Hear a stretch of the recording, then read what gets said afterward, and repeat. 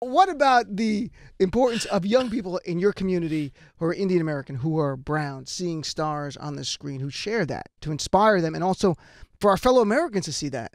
I I understand how if you didn't grow up in an environment where you if you grew up in an environment where you saw people who looked like you on TV every day, that you don't understand what the big deal is. Right. But imagine never seeing that.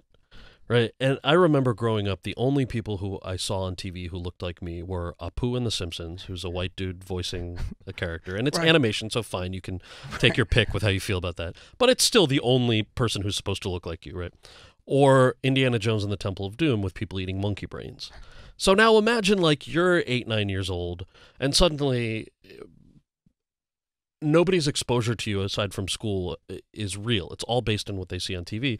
And that kind of stuff affects perceptions. It affects the way that you're treated. It affects what teachers and employers think of you. Now, the pushback to that is, well, we just have to work harder. Well, no, we're already working harder to get our feet in the door. Also, it's not an accurate reflection of America. One of the great things about this country is the diversity. And I will include in that, by the way, there's very little representation of white Southerners unless they're a bunch of rednecks, unless they've, got a bunch of shotguns and camo and whatever. So in terms of actually telling compelling stories that include all Americans, I think things are far more interesting to watch when we include everybody.